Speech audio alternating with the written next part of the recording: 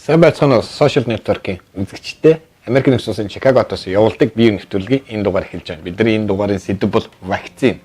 За вакцин гэхээр хүмүүс жоохон ойлгомжгүй сонирхолгүй байж магадгүй. Гэхдээ энэ дээр бол бид нэг жоохон тоо баримт бэлдсэн. Ягаад тэгэхээр сүүлийн үед одоо вакцины эсрэг вакцин буруу гэсэн ойлголт Монголд нэлээд дэлгэрээд байх шиг байна. За энэ ялгаагүй дэлхийд энэ тэндгүү дэлгэрсэн сэдэв.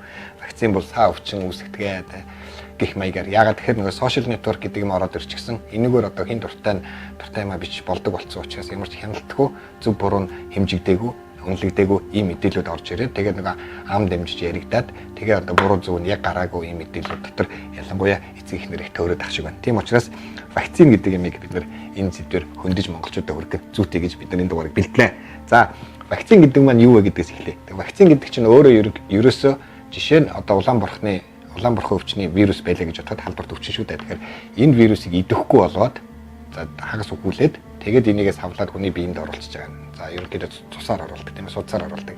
Тэгэхээр инхээр яах вэ гэхээр хүний дархлааны систем яг тэр улаан бурхны вакцин вирус ороод ирэхээр хүний дархлааны систем тэрийг одоо дарах гээд ингээд дотроос ажиллаад тэгээд ирэхээр нөгөөх нь хагас идэвхгүй учраас тэрийг дараад авчдаг. Тэгэхээр тэр нь болохоор хүний дадал суучдаг юм шиг байгаа юм.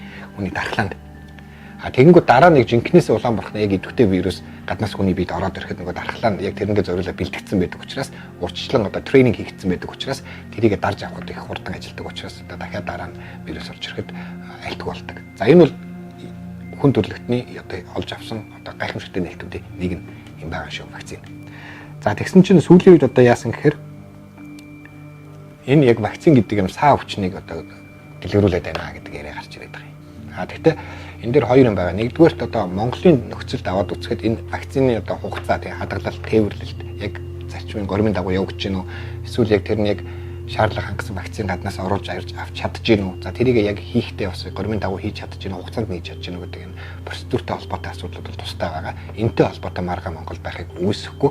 Энийг нь болохоор монголчууд буруу ойлгож аваад ерөөсөө вакцин гэдэг юм чинь хийлэх гээд маш буруу гэсэн ойлголтуудыг ялангуяа сошиал нэтворкоор одоо түгээгээд байгаа учраас эцэг эхнэр буруу ойлголт болж учраас за вакцин гэдэг юмыг хийх нь зүйтэй гэдэг байгаа. За энэ дээр тодорхой жишээ татаад ярихад Америк нэгдсэн улсад одоо энэ яриа бол хамгийн анх хаанаас гарсан бэхээр Америк нэгдсэн улсаас гаралтай байгаа юм. Тэгэхээр энэ дээр бол яг Эндрю Уикфилд гэдэг энэ доктор хүн байгаа юм. Тэгэхээр энэ хүн болохоор вакцины чиглэлээр ингээд судалгаа ажил хийдэг.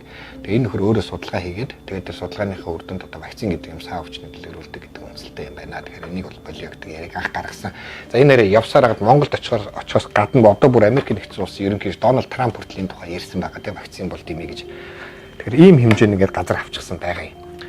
За ингэж газар авахд бидний зүгээр нэг хараад байгаа юм болохоор яг судлаач тогтоож гэдэг нэг үг сүлээд их модонд ороод байна. Хаасайгуу тийм ээ. Одоо пяа уух тийм ээ, шар ариг уух бол нас усдаг гэдгийг судлаач тогтоож. Эсвэл одоо уруулын бодог өдөр болгон зүүх бол одоо эмэгтэй хүний одоо урт наслын үндэс гэдгийг бас тогтоож яач юм уу. Юу гэдэг ингээд судлаач тогтоож гэсэн үг нь айгүй их болсон. Тэгэхээр энэ болохоор энийг ингээд судлаад үзэхээр яг цаана судлаачд бол байдаг юм байна. За бүр худлагаас огт гэж худлагаас бичдэг юм байна. За тэгэхээр ийм судлаач тогтоож гэдэг үгний цаана юу вэ гэхээр яг тийм судалгааны баг үйдэг юм байна. Тэгэхээр энэ болохоор айгүй тийм хязгаарлагдмал цөөхөн товтой хүмүүс байдаг. Тэгэхээр яалчгүй яг тухайн сэдвэрээ одоо эдмэн зэрэг хамгаалц хүмүүс тэр судалгааныхын баг дээр байдаг юм удирдах байж идэг. Тэгэхээр энийг болохоор санхүүжүүлдэг байгууллага байдаг юм энэ хэсэг бүлэг хүмүүсийг тийм ээ. Тэгэхээр тэр санхүүжүүлдэг байгууллага нь өөрсдөө ямар нэг одоо ашигын байгууллага байгаа. Тэгэхээр тэр нь болохоор үйл ажиллагааны дагуу ямар нэгэн судалгааг спонсордоод тэгээ өөртөө хэрэгтэй өөрсдийн одоо бараа бүтээгдэхүүний нийгэм нөлөөлөхөд ашигтай дэм болох хэлбэрээр тийм мэдээллүүдийг зориуд гаргаж аваад тэгээ судлаач тогтоож игээд нийгэм тавьдаг, байршуулдаг. Тэрийг нь бид нар хүлээж аваад за судлаач тогтоосон юм шиг ингээд хэрэглээд ийгсэн байдлаа. За энэ тохиолдол Монголд бас гарсан байлаа. Би хүний яамнаас сонссон. Одоо жишээ нь газтай ундаа бол хүний эрүүл мэндэд бас хоргүй юм байна гэдгийг нэг том алдартай эмч нь хэлсэн байлээ. Тэгээд энэ эмчийнх нь цаана нь судлаач тогтоосон гэсэн яриа байх шиг байлаа. Тэгээд цаана тэр эмнэлгийнх нь спонсор компани нь өөрөө нөгөө Монголд ундаа үйлдвэрлэдэг компани байх жишээ нэ тийм ээ.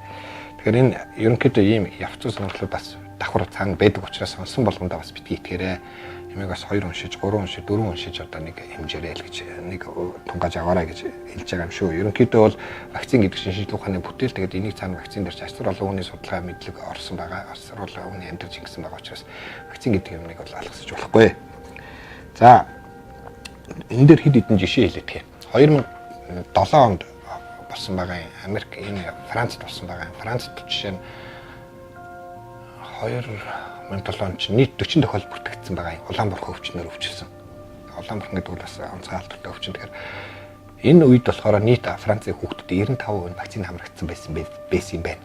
Тэгэхээр дараа жил нь болохоор энэ хамрагдалт жаахан буугаад магадгүй тэнд алдаа гарсан баг Франц улсын хувьд тийм ээ.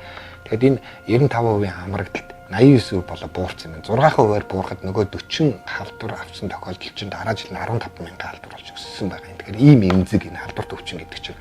Тийм учраас бид нар ингэ жоохон энэ юугаа багасгачих юм бол хүүхдүүдэд хандлага энэ вакцинд хамрагдалтаа багасчих юм бол одоо ингэ нийгэм хямрах хэмжээнд Францын тохиолдол. За Америкт бол бас тохиолдлууд би түрүүний нэр дурдсан Андрю Виквилл гэдэг хүнтэй өөртөө холбоотой юм яриг байгаа.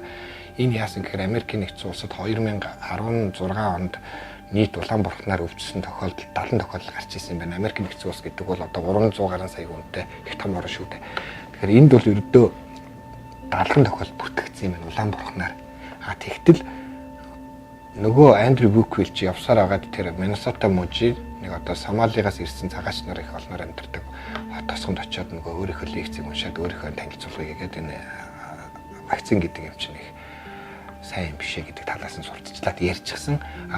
Сомали иргэд бол монголчуудаас ялгаагүй бас ингээд цагаачлаад ирчихсэн хэлний боловсрал бас таархан тэгээд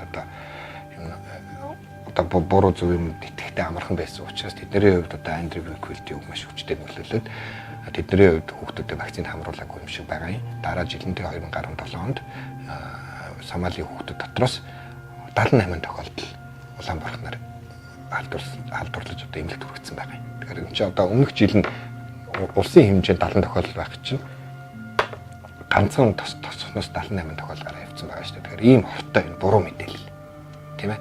Буруу мэдээлэл ийм хортой. Нэгдүгээрт одоо иймэрхүү мэдээлэл өртөө та вакцины алгасчих юм бол нэгдүгээр та өөрийнхөө хүүхдийг эрсдэлд оруулна. Хоёрдугаар өөрийнхөө хүүхдийн ангийн хүүхдүүдийг бас эрсдэлд оруулна тийм ээ. Тэр ангийнхны хүүхдүүд нь зүг зүгээр вакцины хэлгээ явуулсан байхад дээрээс нь дахиад алдваргүй хүүхд нэмээд нэг алдварыг нь тарах бас магадaltaй байдаг учраас вакцин гэдэг юмыг бол алгасч болохгүй байх шүү. Тэгэхээр манайд бас ийм жишээ бий. Манайд сая 1-2 жилийн өмнө гарсан улаанбуурханы их дэгдэлт болсон. Тэгэхээр энд бол энэний өмнөх жилд нь бол манай улс улаанбуурханы нэг тохиолдол бүртгэгдээгүй Дэлхийн эрүүл мэндийн байгууллагаас одоо сертификат гэрчлэгээ авч ирсэн гэж би дуулж ирсэн. Тэгэхээр дараа жилд нь одоо хаана ямар алдаа гарсан гингэнд улаанбуурханы дэгдэлт гараад тэгээ энэ дээр одоо улсынхын төв эмнэлэг халдвартын төв эмнэлэг нь 500 ортойхот амар зөвчтөнтэй өдөр болгоно 400 дуудлага үлээж авдаг гэд нэлээд өндөр ачаалттай эмнэлгийн дарга нь телевизээр ярьж байсан. Тэгэхээр иймэрхүү одоо түрүүний Францын жишээн дээрээс харахад тийм ээ 6% вакцины хамгаалалт буурахад тэр нь 40 дэд 15,000 болж өсдөг шиг эцэг ихнэр жоохон одоо энэ гадуур хараад байгаа вакцины эсрэг одоо вакцин дэмий гэдэг юм ярианд итгээд тэгээд ингээд вакцинд хүүхдэд хамрагдaltaд ингээд хэдхүүгээр буурахад л үндэсний хэмжээнд бас ийм асуудал гарч боломжтой шүү гэдгийг бид нар сануулад байгаа юм. За яг хөө мэдээж вакцины буруу зөв хийсэнтэй холбоотой вакцины чанартай холбоотой хохирсон иргэд бол байдаг юм байлээ. Тэгэхээр тэд нар бол өөр асуудал байх. Тэр нь бол тухайн одоо эрүүл мэндийн салбар нь тэрэндээ тайлбар өгөх байх. За ямар ч байсан тэрэн дээрээс дөрөөлөөд ерөнхийдөө вакцин гэдэг юм чинь болохгүй юм шүү, буруу юм шүү гэдэг энэ яриа их тарсан учраас энийг битгий итгээрээ ерөнхийдөө вакцин гэдэг юм одоо аюултай шүү хэрвээ бид нар тэр ярианд итгэчих юм бол үндэсний хэмжээнд гамшигын хэмжээнд очиж шүү гэдгийг сануулад энэ нэвтрүүлгийг бид нар бэлдсэн байгаа. За дараагийн бид нар олон нэвтрүүлэг гой сэдвүүд бэлдсэн байгаа. Манай хуудсыг subscribe хийгээрэй. Манайх бол Facebook дээр Монгол Интернет Медиа гэж явж байгаа. За дараагаар их сонирхолтой сэдвүүд бэлдсэн байгаа. Та бүгдийг удахгүй болно. Энэ удаагийн нэвтрүүлэг вакцин байлаа. Баярлалаа бидэнтэй хамт байсанд. Монгол Интернет Медиа Америк нэгдсэн улс Чикагод 2018 он бие нэвтрүүлэг